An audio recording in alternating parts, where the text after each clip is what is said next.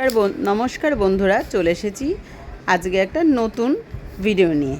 Tasty food কিচেনে তোমাদের স্বাগত সবাইকে। দেখো আমি শাফলা করছি, তো আজকে তোমাদের শাফলার রেসিপি দেখাবো। বন্ধুরা দেখো, শাপলাটা আমি ফার্স্টে মুখগুলো কেটে নিয়েছি, মানে ওই ফুলগুলো কেটে নিয়ে শাপলাগুলো এবার ছুলে নিচ্ছি। আর নখ দিয়েই কিন্তু শাপলা এইভাবে ছোলা হয়ে যায়, তো তার জন্য কিন্তু বটি লাগে না। আর কে কে শাপলা ছুলতে ভালোবাসো অতি অবশ্যই কিন্তু কমেন্টে জানিও। আমার কিন্তু শাপলা ছুলতে খুব দারুণ লাগে। দেখো আমার সমস্ত শাপলা ছুলে ধুয়ে রেখেছি ভালো করে, একটু নুন মাখিয়ে। এদিকে কড়াইতে তেল গরম করতে বসিয়েছি, আর তেলের মধ্যে ফোড়ন দিয়ে দিয়েছি ছোট্ট ছোট্ট করে কাঁচা লঙ্কা, সর্ষে আর একটু কালো জিরেও সাথে দিয়েছি। দিয়ে ফোড়নটা বেশ ভালো করে হয়ে গেলে এর মধ্যে আমি ধুয়ে রাখা নুন দিয়ে মাখিয়ে রাখা শাপলাটা চিপে চিপে হাত দিয়ে দিলাম। রস সমেত, মানে জল সমেত দেবো না, তাহলে বেশি জল জল হয়ে যাবে, একদম ঘেটে কচু শাকের মতো হয়ে যাবে। তার জন্য কিন্তু জলটা চিপে চিপে দিলাম। আর শাপলাটা একদম কচু শাকের মতো অনেকে খেতে ভালোবাসো, অনেকে আবার কিন্তু গোটা গোটা খেতেও ভালোবাসে। তো বন্ধুরা কে কে কীরকমভাবে শাপলা খেতে ভালোবাসো সেটাও কিন্তু কমেন্টে জানিও।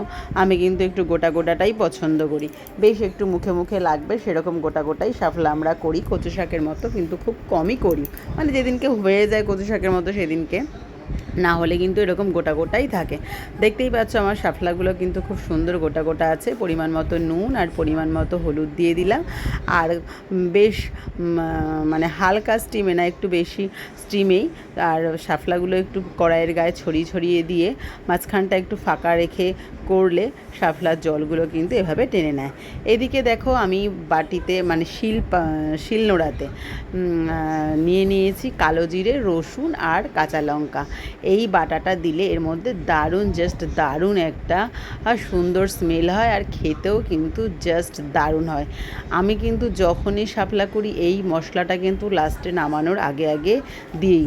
তোমরা অতি অবশ্যই এইভাবে কিন্তু একবার শাপলা করে খেও বন্ধুরা, আর আমাকে কমেন্টে জানিও তোমাদের কীরকম লাগলো। দেখো আমি এই মশলাটা দিয়ে দিলাম, আর দেখতেই পাচ্ছ আমি একদম চাপা ছাড়াই রান্নাটা করছি। আর একদম কিন্তু শাপলাগুলো কড়াইয়ের গায়ে লাগিয়ে লাগিয়ে মাঝখানটায় ফাঁকা করেই দিচ্ছি, তাতেও কিন্তু কতটাই জল বেরিয়েছে। মানে শাপলা একটা একদম জলজ জিনিস, তার জন্য। এবার দিয়ে দিলাম পরিমাণ মতো চিনি। তো বন্ধুরা এইভাবে তোমরা শাপলাটা অবশ্যই রান্না করো। আর কার খেতে মানে আমার রেসিপিটা কার পছন্দ হয়েছে সেটা অবশ্যই কমেন্টে জানিও। ফেসবুক থেকে দেখলে কিন্তু একটু ফলো করে রেখো, আর ইউটিউব থেকে দেখলে একটা সাবস্ক্রাইব করে রেখো নতুন ভিডিও পাওয়ার জন্য। আর আমার ভিডিওগুলো তোমাদের কীরকম লাগছে সেটা কিন্তু জানাতে ভুলবে না বন্ধুরা। দেখো আমার কিন্তু একদম শাপলা রেডি। আর তোমরা শাপলাটা দেখে বুঝতেই পারছো কিন্তু বেশ গোটা গোটাই আছে, একদমই কিন্তু কচু শাকের মতো হয়নি। আমার শাপলা একদম রেডি। আমি কিন্তু এটা বাটিতে সার্ভ করে দিলাম বন্ধুরা। তো চলো টাটা, আবার নেক্সট ভিডিওর জন্য তোমরা কিন্তু ওয়েট করে একটু। থ্যাংক ইউ বন্ধুরা।